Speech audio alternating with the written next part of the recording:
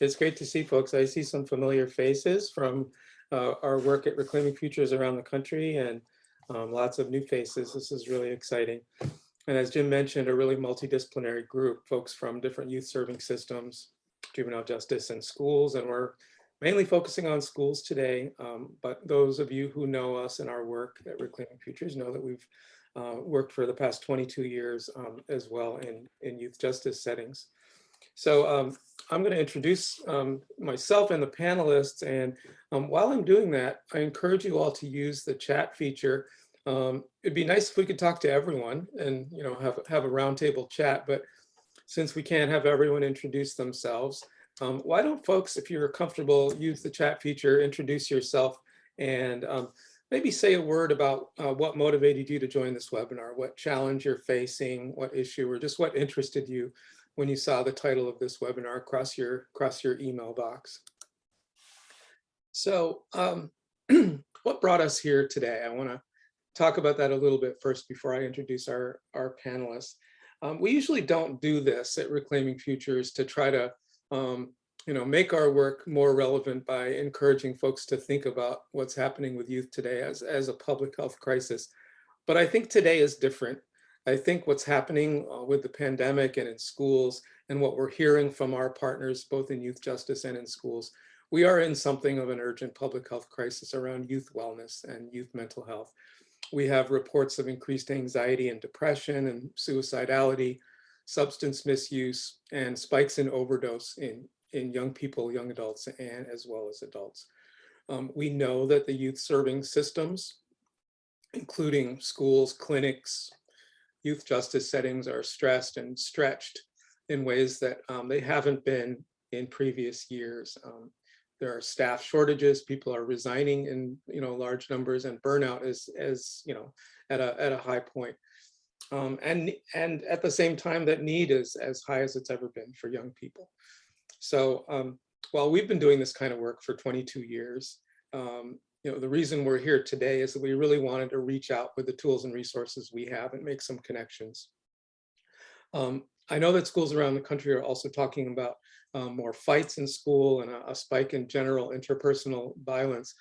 We had a school here in Portland, Oregon, closed for a couple of weeks this winter, not because of COVID or the pandemic, but because the chaos in the hallways and the fights that were breaking out. They couldn't control the violence between students. So we know how important the school environment is as a place to hold young people, for them to problem solve and make mistakes. And we're seeing the impact of a missed year of the important environment that schools can be. We also hear that attendance, related to COVID, but certainly school engagement is at an all-time low in a lot of communities. So I brought together two of my colleagues that I work closely with for this webinar today. And we want to be mindful of your time. We know that sometimes a 90-minute webinar is a little overwhelming and it's hard to fit that into your day. So we're going to try to be efficient and give you just a little taste of our work in the hopes that you might get in contact with us or follow up if you're interested in more information.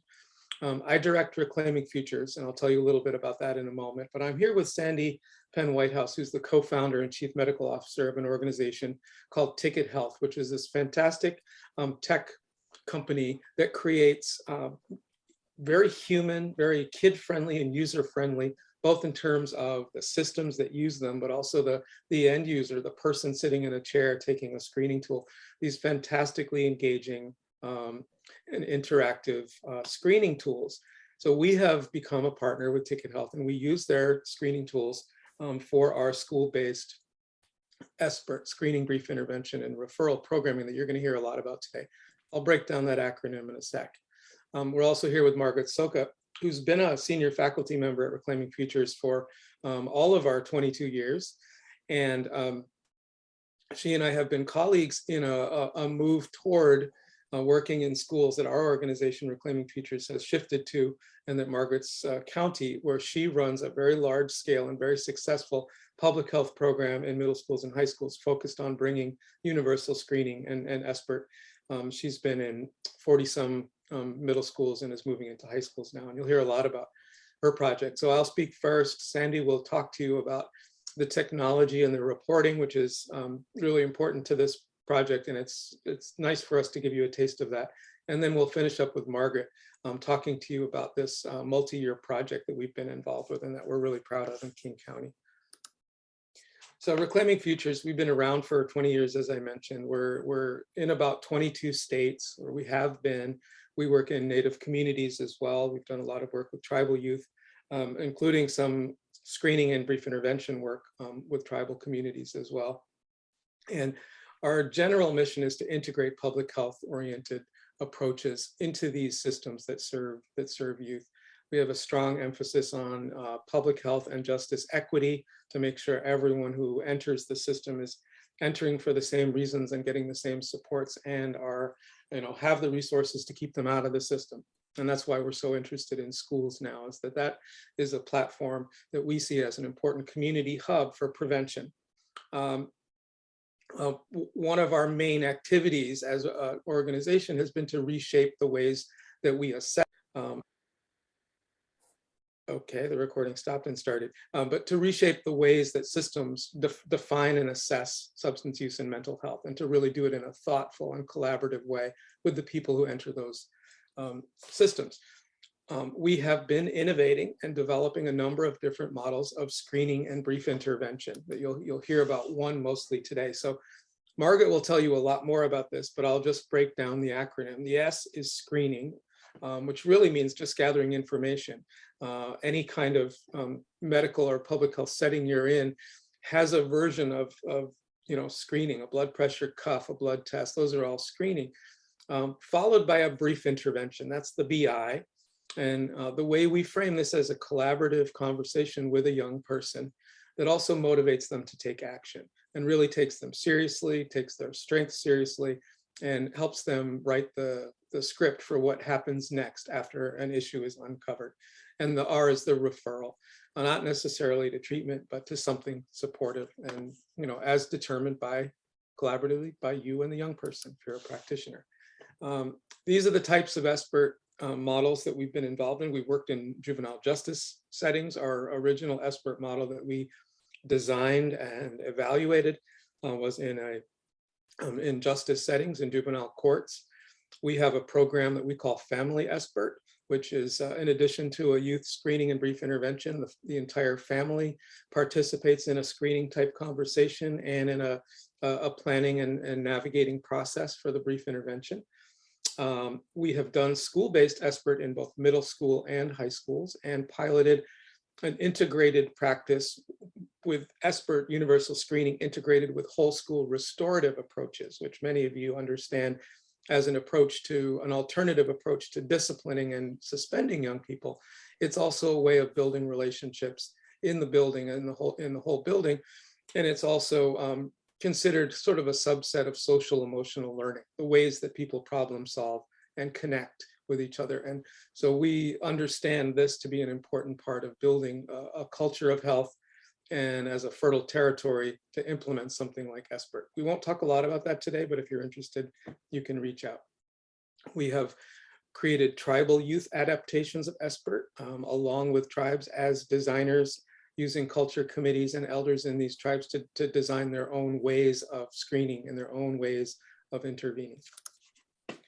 So this slide may be a little bit ahead since you haven't heard what the what is, but I wanted to get this out there that we have a lot of resources that we have been, once we created and tested these models and have done large scale implementations, we set about building a set of resources for dissemination. So just to let you know that we have a training and ongoing coaching program. We have a practitioner guide that's been published. We have an implementation playbook for school-based SBIRT that we will share a link later. If you're interested, we can email you the link to that. We've placed that in the public domain because we think it's important for schools to understand how to succeed with implementation. All of our lessons learned are contained in that playbook. We're creating a how-to data manual, how to do data-driven decision-making related to SBIRT using the Check Yourself tool that you'll hear about from Sandy and from Margaret. Just practical ways to use data to make policy decisions, programming decisions in the school building, which a lot of people hear the word data, their blood pressure goes up. We want to demystify that and give you some practical how-to tools. And also the big resource here that you'll hear about is this fantastic screening tool called Check Yourself, which we have built our SBIRT model around. We participated in the development of the content and the adaptation of the content originally developed by Seattle Children's Research Institute for pediatric settings. It's now been adapted both for middle school and for high school. It exists in Spanish and Vietnamese and English, and we're looking at other ways to translate it as well. This is just a busy slide, but a glimpse at what the playbook, the implementation playbook has. We've organized it into a number of step-by-step plays. Starting with, for example, you can see on the left of the slide, how do you align something like SBIRT with your current programs that you have? A lot of people hear about something like this and they say, oh, well, do we already do this? Or is this gonna conflict with what we're already doing? How do we fit this in? This is one of our deliberate plays that we work with schools and coach them around how to make this fit and how to look for areas of overlap and how to look for areas of synergy. So I won't dwell further on this slide, but let you know that, that the playbook is really a compendium of all of our lessons learned, and without all the pitfalls and potholes that we may have stepped in our 5 years doing this, it will help you avoid if you're interested in implementing something like this. So I am going to stop sharing my screen and introduce Sandy Whitehouse. If I can figure out how to do that. Okay, we're back. And I don't know, Jim, are you going to be sharing Sandy's PowerPoint slides, or Sandy, have you been able to? It says one participant can share at a time. So if I have the ability to do that, I think I'm set up. All right, go ahead. Try that now, and if you have any trouble, I'll pull it up. So Sandy, as I mentioned in my intro slide, is the co-founder and the chief medical officer of Tickit Health. And we don't often go into the technology so much, but we think it's so engaging and important for you to hear what resources this tool has and what Tickit is about, and what sort of mission elements they bring to bear when they create tools. And we can all talk about it together, and you'll hear more about Margaret's use of the tool in the Big King County project. So take it away, Sandy. Okay, so everyone can see my screen now, I hope. So it's great to be here today, and thank you, Evan. And I just want to shout out to both Evan and Margaret for being such fantastic partners. I think we have a really good, strong, collaborative program where we've learned a lot over the last 3 years, and we keep on making improvements. And what's ended up is that we really have quite a complete package. So I thought I'd just tell you a little bit about myself and how we came about to create this technology.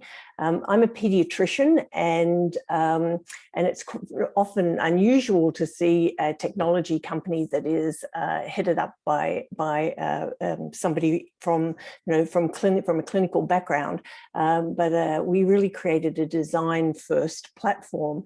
In my clinical care, I came across a number of challenges when working with young people, in that there were always challenges with timing, and there were often young people who just were uncomfortable sharing very personal information, and I could see that those most challenging young people were missing out, and that there was risk that we were not being able to help them. So I was interested, and I took a pivot in trying to work out how we could communicate better with children and youth, and came up with this concept of digital empathy.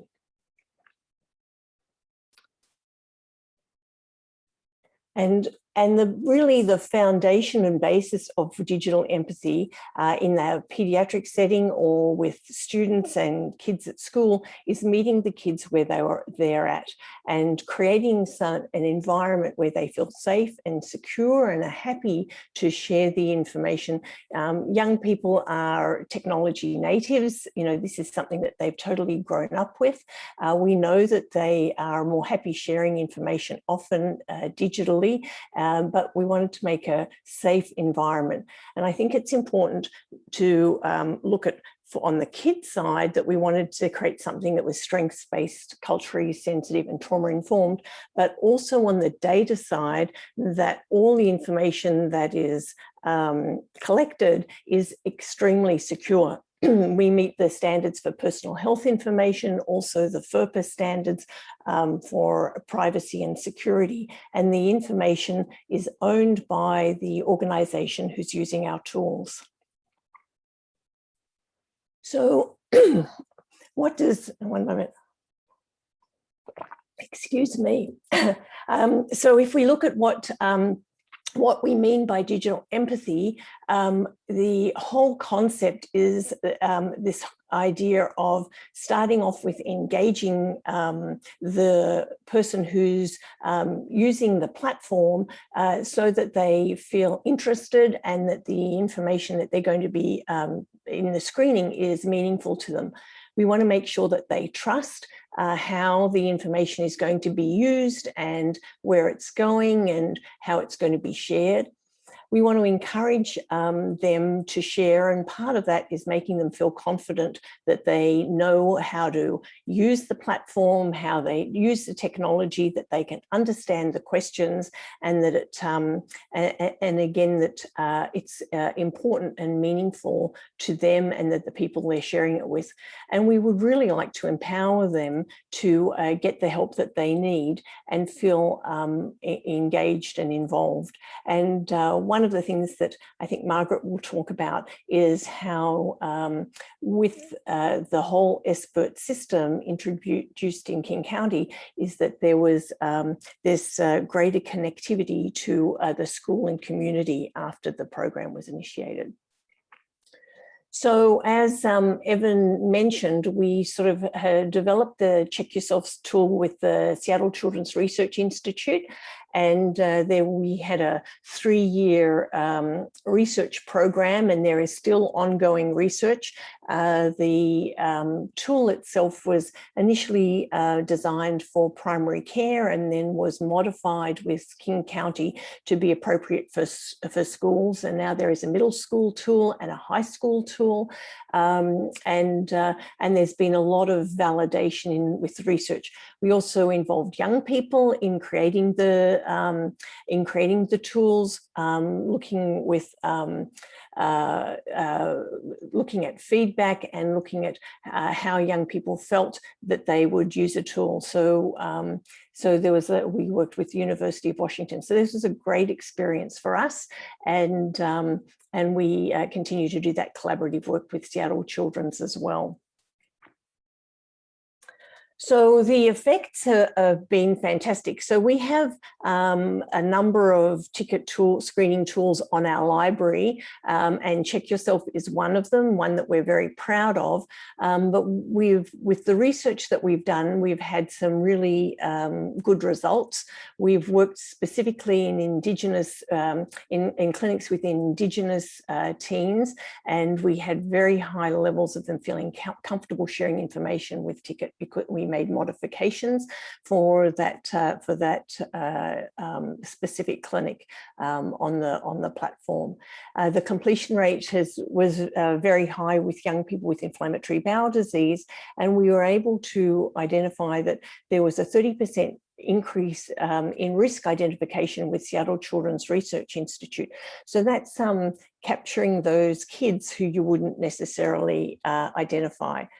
And so that whole thing of sort of thinking about the iceberg and the squeaky wheel and sort of the attention that sort of goes to those kids that you really hear about, what's happening to those ones that are not so noisy and not so squeaky? How can we sort of create greater equity in the screening process?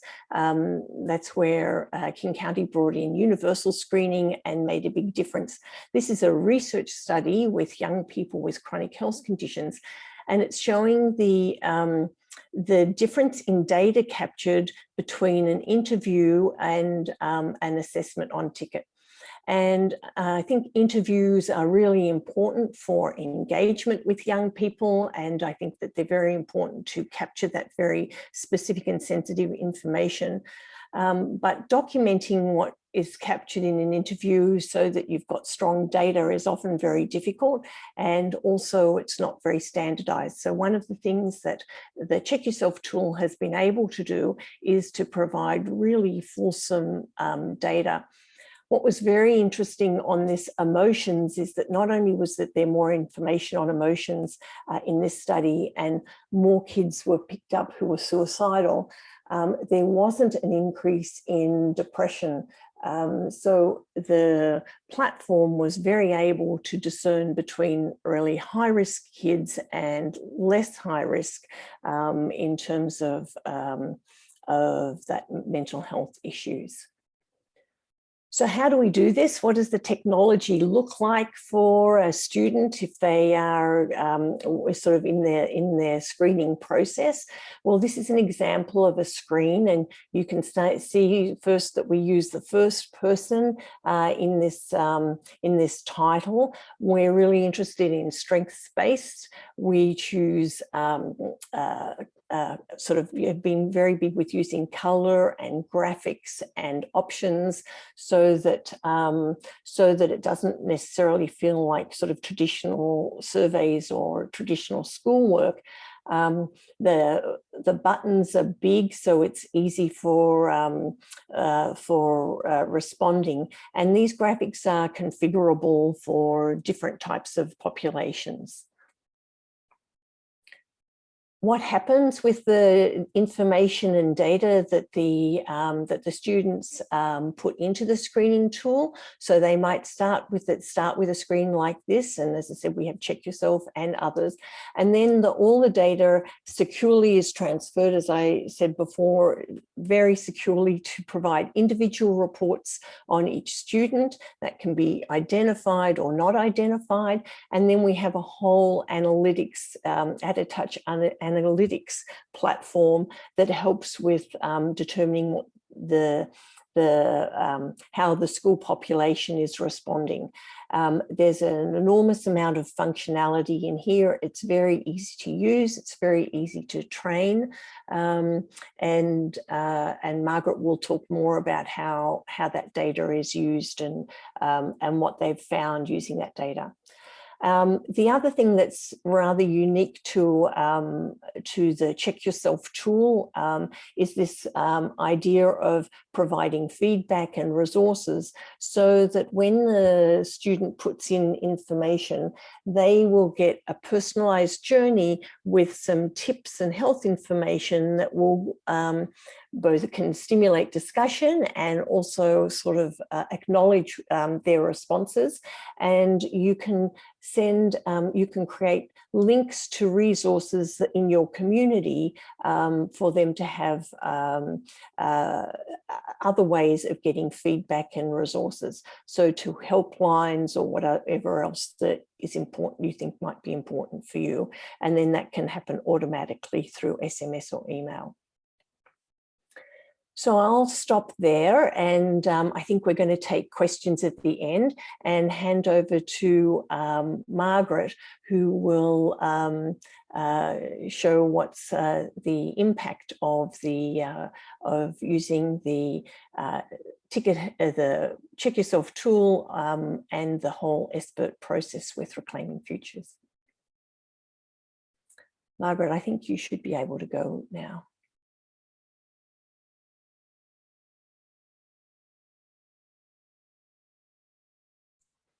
Thank you, Sandy.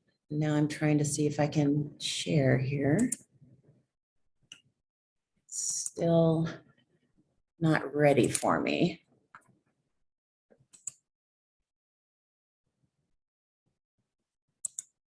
Oh, hold on. Okay, let me try. I only have one screen. I'm not used to doing this with one screen. So. Still allowing me to share. Margaret, I can pull up your deck if you like. See. There we go. Right now you can only see folks. Tell me if you can see this. Yep. Yes. Awesome. Thank you so much, Evan and Sandy. I I'm so grateful that we are able to like do this all together from very different places. And I wanted just to talk really swiftly about the SBIRT acronym. We've got the screening, and we use a universal to check yourself that Sandy was talking about. And then we have a brief intervention, which is the brief intervention and the model were created through Reclaiming Futures. And that intervention is based upon motivational interviewing. So the folks, whoever is doing that brief intervention gets trained. And then we modified the referral to, and somebody asked, what is the T? And, originally it's referral to treatment. And we have found that not all students need treatment. And so it's referral to with the big T to services. And some of those services could be further assessment and then eventually treatment. So this is what our students would see when they log on. They get their own unique link, and it's all voluntary. Parents can opt students out, or students can opt themselves out, even if they start to take this. So this is really on, of their own volition. And it's remarkable how many students decide to take this test, or not test, this screen, even though it's asking about, definitely things that are going on in their lives. And they decide that this is something they want to do. These are the sections that we go through about me. It really collects the demographics, health and safety. That collects, what's going on in their mental health and their connections and their life. And then, also protective factors as well as risk factors. And then my stress and coping, again, picking up on those anxiety symptoms, depressive symptoms. And we do ask about suicide ideation, and this picks that information up as well. I think one of the most interesting things that we learned about is we added a connection question, and this connection to adult has been something that has proven to be very valuable, as we know directly if a student has a connection to an adult at the school. Everyone asks, how long does this take? The screen itself can take between 5 and 15 minutes, depending on how interested the student is in reading more information and more feedback. And with the entire process, it typically takes about the time it would take with one class, as far as the adult giving the information on what this is, and they get their personalized link, and they take the screen, and at the same time, all of that information when the screen is complete, counselors or practitioners can see the answers on the back end of the Tickit Health platform where Check Yourself is housed. And that way the staff can identify students that need to be seen immediately or need to be seen in the next 2 weeks, or do not have any concerning risk factors, and maybe follow it up and just kind of like, how was that, but not a full-on brief intervention. And then that sorting takes place as far as, which staff is going to follow up with which student. And it's very efficient because of the back end of the platform. In our project, we have served actually over 15,000 students. I don't know if you can see that, 15,000 students. And actually now we've actually served more than 20. We just haven't cleaned that data set yet. And so we have served over 20,000 students since the end of 2021, and we continue to screen today. Our first year, it was just really a startup and really trying to figure out the technology and then also the workflow. Our second year was really, we were moving along. Schools figured out how to do this well, and then COVID hit. And so we definitely would have screened and followed up with more students if our schools didn't close down in March of 2020. And then year 3, we had to pivot, and we had to learn how to make sure these protocols worked actually in a remote setting. And surprisingly, we were still able to manage to screen almost 5,000 students remotely. So I just wanted to give you that context. And now we're moving back into we're in the classrooms, even though folks are shutting down and coming back. But most of the screening all of the screening this school year is happening in the classroom. Sorry about that. I skipped over that. I'm going backwards. So this is our data set. I'm going to go through year 2 just because it's more of a clean as far as data set, as far as students in the classroom instead of in remote setting. So this is our data set from 2020. We were able to see about 8,000 students, a little over 8,000 students. And you can see in the blue is kind of when we started, and we were trying to get all of our planning and implementation, and all of the things that are in our playbook, we learned along the way in that first year, and we had everything set in place. And you can see how quickly our school districts were able to serve more students. We screen, and can you guys see the black line? I'm trying to move it around. Can you see it? Yes. I just don't know where to put it. It won't go anywhere. So I'm trying to figure that out. So here, can you see your pictures too? Maybe I could put just me on there. Does that make sense? I think we can see the whole slide, and I wouldn't. Oh, you can? Okay. Yes. Great. Okay, so you can see that, so we started with middle school, and so we're moving into high school. We're actually screening for high school as we speak. But this data set is all about middle school. And we started with really giving the districts their own choice, what grade made sense for them. And we have an annual survey called the Healthy Youth Survey in Washington State. And that screens 6th and 8th grade. And so many of the schools decided to screen 7th graders just because they didn't want to over screen. But others, one district really wanted to focus on 6th grade because they were just moving into, that new transition of not just having one classroom. And then, and others thought 8th grade was more appropriate for them. So that was a choice that they made individually. This just shows the diversity in our county. And I could just say that the diversity in one school, we have about 50 languages spoken. And I'm not going to go into the detail of this, but what I want to point out is in our process evaluation that was produced through the Seattle Children's Research Institute, showed that if we were doing indicated screening, which means, that targeted screening, you're just basing the screening on something external like absence, maybe grades, maybe external behavior, the acting out in class. If you are only doing indicated screening, what we found is we overscreen our Black and brown young people, and we underscreen white and Asian students. And so we knew this anyway because we were just getting started, and we allowed indicated screening just to get folks' protocols in place. But what we know the best practice is to do universal screening. And once we did that, all of the inequities fell away.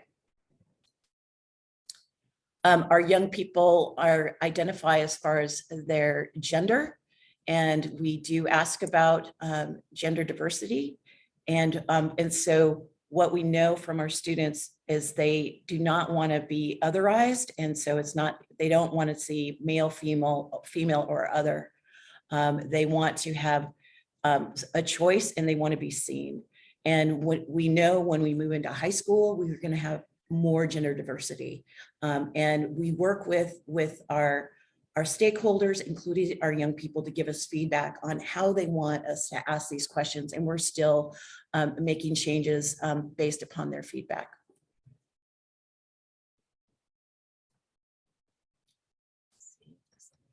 So I want to show this particular framework. We work with the schools, and so we try to actually align with the way that they also are working without SBIRT, and really aligning what that particular framework is. And for us, this is the MTSS framework.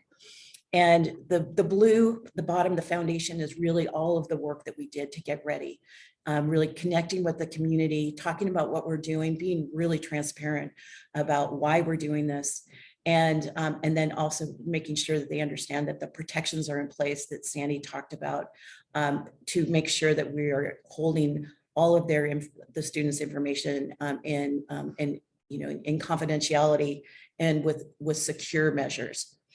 The tier 1 is really identifying our young people that maybe the only thing that their risk factor is maybe they're not sleeping enough, but there's nothing that needs a quick follow-up. And some of our districts follow up right away with everyone, just checking in, even if they're level green, and they just might just say, how was that for you? And then tier 2, we talk about there are health risks endorsed, but it's not a safety issue. And so you can set up a conversation, a brief intervention when it works within the student schedule. And then tier 3, we talk about immediate safety concerns endorsed at screening, like suicide ideation, feeling threatened right now. And those students get a follow-up within 24 hours. And so when we talk about universal screening, we're not talking about a whole grade at once. We're talking about, okay, we're going to do the 7th grade and we're going to have we're going to start with one classroom.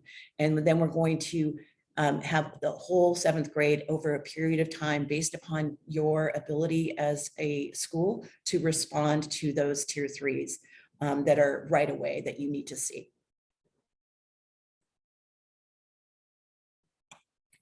So this is what the risk factors look like when we are looking at the data on the back end. And you can see our tier 3s are about 18%. So that's self-harm, suicide ideation, suicide attempt, bullying with there's an additional question. If they are bullied, are they feeling threatened right now? And then if they want to speak with a counselor ASAP, like right away. So it's typically around 18%. You can see our tier 1 with the students that don't have any huge risk factors. That's over half of the students. And then there's a tier 2 that those are the students that need that follow-up within the next two weeks. And that's where the brief intervention really is. I'm hearing some background noise. I don't know if everybody's muted. Thank you. So it's the tier 2 that really the brief intervention, training your folks. You don't have to be a master's level clinician. It's anyone that can learn motivational interviewing. And Dr. Miller, who is one of the co-writers and founders of motivational interviewing, says, even a PhD can do motivational interviewing. So it's really based upon whether or not you want to learn that particular skill and spend time with it and get some coaching and training. And you could also see here that in the data set, and this is middle school, and so it's going to look different in high school because of middle school. If there's any type of use, we follow up. And there's also intention to use, and that's also a prevention question. So even if they say, yes, I intend to use, there will be a follow-up. You can see 48 of all students screened receive some type of brief intervention. So that's of the students screened, about half of them get a brief intervention. 97% of that tier 3, the safety, and the 92% of the tier 2 students received a brief intervention. What has been most compelling is when counselors are thinking about maybe their caseload, which is sometimes is way too big and way, there's no way you can follow up with 600 students. What the counselors found is they identified students that didn't look like they needed help, because these are our young people that actually internalize what's going on with them. So new student needs were identified during this process. So about 1,700 students, and that would be 46% of the students who received the brief intervention, which is 22% of all students screened, had a new identified need. And of those, 54% of those with a new identified need had 2 or more new needs identified during this process. And so if you look at our tiers of tier 3, these tier 3s are identified, safety issues are identified. through this process. And you can see just a tiny slice of tier 1, and that's one of our districts that follows up with every student, was able to find out that there was actually maybe something to meet with them. And then 41% of those students with new identified needs had a tier 2 identification. You can see with the top 5 risk factors: anxiety, bullying, suicide ideation, depressive symptoms, or self-harm, were the top 5. I'm just trying to move this bar around. And what I can say over the last 4 years, that what has held true is bullying, anxiety, and depression have been our top 3 risk factors. I'm going to look at my time here. I am going to move through this. I could say around our referrals and our referral connections, you could see that in both years, and actually it's holding true now, about 15% of the students screened received a referral. And the biggest barriers to that referral connection was long wait lists that we're all experiencing, and perhaps lack of family support. And that can show up in many different ways. It doesn't mean they're not interested. It's just, there's just a lot going on. These are the types of referrals that we see. The ones that are most likely to be connected are the ones that are embedded in the school for obvious reason. It removes those barriers that the parents have to drive them, or, it's just more complicated to make that happen. But this is where you get creative with your referrals, because a lot of the time our students need connection, not necessarily therapy. And I'm going to hit to the back. One of the things that we ask, and I talked about this, that has been really something important, is at school, there's an adult who really cares about me, tells me when I do a good job, listens to me when I have something to say, believes I will be a success. If you have a student that says no on all of these things, that is not necessarily a flag, but our schools follow up with that student to make sure they have an adult that cares about them and connects with them at school. Something we learned through our process evaluation is, what we know is after the brief intervention, the students feel closer to school because they have an adult that they have a connection with. So what we also know is we've got this great way to respond to students. We have a way to report, so we can collect data, and then the data itself through Tickit has helped us make data-driven decisions based upon what each school needs, because they can mine their own data. And then just to follow, just to summarize with this, our top findings are students that internalize distress or identified and receive reports. Students like the process and feel more connected to school after a brief intervention. And indicated screening leads to inequity, over screening and under screening certain students. And then rolling universal screening for follow-up is based upon universal screening allows for follow-up based upon a continuum of staff support. So you can screen as many students as you can follow up with who need a immediate follow-up. Thank you.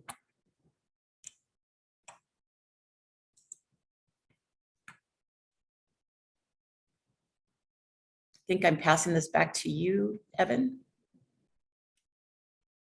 You are passing it back to me. I'm going to share my screen again and wrap up with a couple of slides. Thank you, Margaret, so much. So impressed with the work in King County, even though I've been involved with it for the last 5 years with you. It always really impresses me when I hear about it. And that finding you talked about of kids feeling more connected to the school based on something which people typically sort of fear and have anxiety about, the idea of like having to answer questions and reveal yourself and possibly talk to somebody, talk to an adult, that the result of that is that kids feel greater connection, which is, we shouldn't have been surprised, but we were pleasantly surprised that took place. And, I think you don't have to dig too far to understand why that is. The intervention, the brief intervention itself is about listening. It's about respecting, and just that experience alone can be really eye-opening for a young person. But the referrals, and someone again asked about the referrals, we're big into this question. many of those referrals were about making connection, not necessarily about treating a problem, but making a connection. So if the result of SBIRT is that we connect people to other young people to other people, we would expect people to feel more connected. So just to highlight that finding again, which I love. So I know people may have thoughts and questions about this, so we'll jump right in and give you a little bit of information about this, and then open the floor to questions if people have time to stick around. We do. So obviously there are costs associated with this, and we believe the costs are modest for there are licenses for both the SBIRT model, the brief intervention model, and the Check Yourself tool that are the costs are designed to really cover our expenses and to make it accessible so that schools can take up this practice if they want it and need it. This may be obvious, but there are economies of scale for multiple schools participating in a district. Margaret is one of our chief trainers, and we have other faculty, but we can train multiple schools at the same time if there are 2 or 3 schools in a district for the same cost. The playbook, which if you're interested in receiving the playbook, throw your email in the chat and we'll make sure to send you one. We're going to send a bunch of resources. We'll send these PowerPoints to you along with the recording. Everyone who registered will get it, even if you weren't able to attend. But along with the playbook, Reclaiming Futures provides ongoing coaching to help you work your way and navigate through the implementation process, which can be pretty sticky, from figuring out how to communicate with parents to how to set this up, how to talk to teachers, how does this fit. There's a lot of considerations before you even get to the practice of doing a screening in a classroom. We have noticed that lots of federal and state grant initiatives lately, particularly those around COVID relief funds, have focused heavily on youth wellness. And if you're not aware of some of those, I'm going to show you a link, which you'll get when you receive this PowerPoint, that talk about some of the current and available grant initiatives that could fund something like this. And we've noticed in our work, in our emerging partnerships, places that have approached us and asked us to train, that county and state behavioral health and public health agencies are ponying up and investing in school-based SBIRT and taking the burden off the school's budget itself. Obviously, that's not a magic answer and not a guarantee, but we've noticed a pattern that other youth-serving systems and public health systems are stepping in. So that might be a conversation to start in your jurisdiction. So this is the link I mentioned. I don't think you can do anything with it on the screen, but I will. We can maybe pop it in the chat, but it will come to you, all of you who registered. This is a list we put together of some available federal grant initiatives. So as we always do, we ran over time, and I'm going to stop sharing and see if anyone has any questions. Actually, I'll leave this up for a little bit. This is our contact information. Feel free to reach out to any of the 3 of us if you have specific questions for Sandy, Margaret, or myself. Or if you email me, I can certainly triage you to the right person if your question is for one of them. So I'll leave this up, and why don't we see if any questions or aha moments or light bulbs have gone off for anyone that they'd like to share.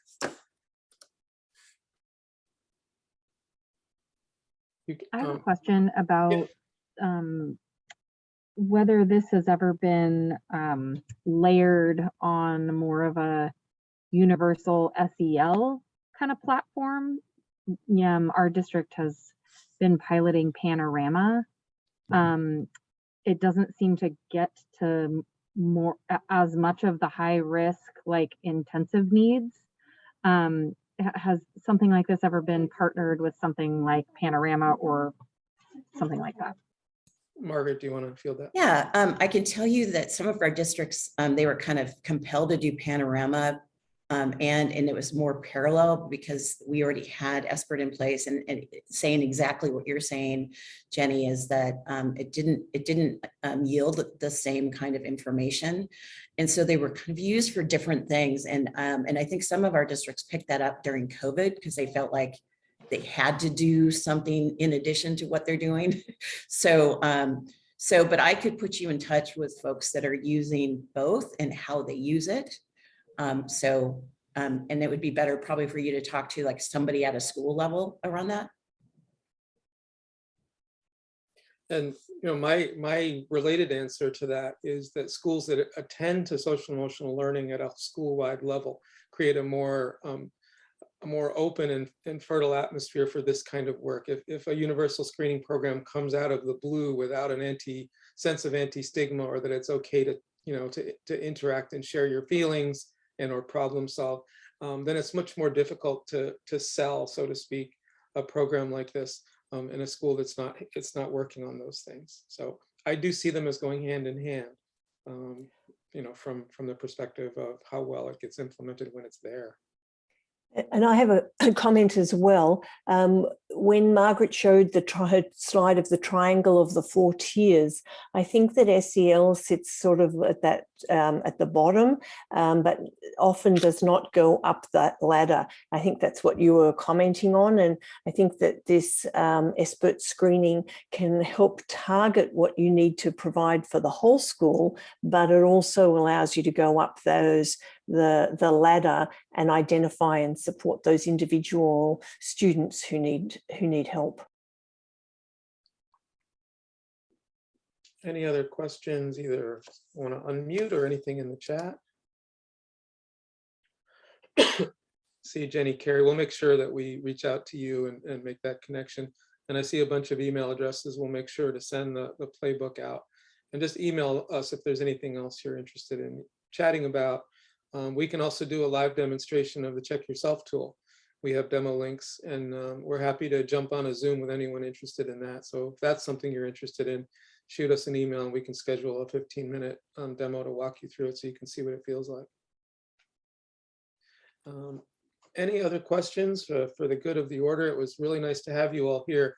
We appreciate the attendance. And I just wanted to say yeah. one thing that I please. did not say, and because I see a lot of maybe folks at the court level, and I just want you to know that most of my career has been spent at the juvenile court level of really trying to have pathways out of the juvenile court system, and for me to have this opportunity to do prevention and promotion, really promoting kids, and not just just really trying to get ahead of a diagnosis, so really trying to do some wellness and check in with kids early, because our at least and I know there's other countries here, but in the US, man, we have to wait until there's a full-blown diagnosis before we support our people around mental health, and I'm hoping that changes. But this is one of those ways that we could really do a universal wellness check on our students, and connect with them. So I share those feelings, having worked in youth justice for almost the same number of years. Am I muted? Oh, same number of years as Margaret. And this is an enormous prevention opportunity. I would also say that these practices are adaptable to youth justice settings. We're doing this in a community setting for a new measure in Oregon that decriminalizes drug use. So we're doing SBIRT with kids who get picked up by the police for possession but are not allowed to be arrested by the new statute. So, it's really an awesome on-ramp to just helping kids figure out what they need and engaging parents. So it really has cross applicability. And I saw that there's some elementary school folks on here too, is that we've worked with Tickit to create, and so far just beta test, a great little tool for age 5 to 11 as well, that we call My Kid's Voice. It's a dyadic parent-kid together at the screen, doing a little screening tool and sort of creating a little mini SBIRT where the parent is the SBIRT practitioner, and we've experimented with that. It's a really cool tool. If you work in elementary schools, reach out and we can demo that for you and show you that. So if there are no other questions, I think I will say farewell to everybody. Thank you all for coming, and we hope to hear from folks. It's always great to get our work out there that we're so proud of. And thank you, Sandy and Margaret again, and Jim, for putting this all together. Take care, everyone. Thank you.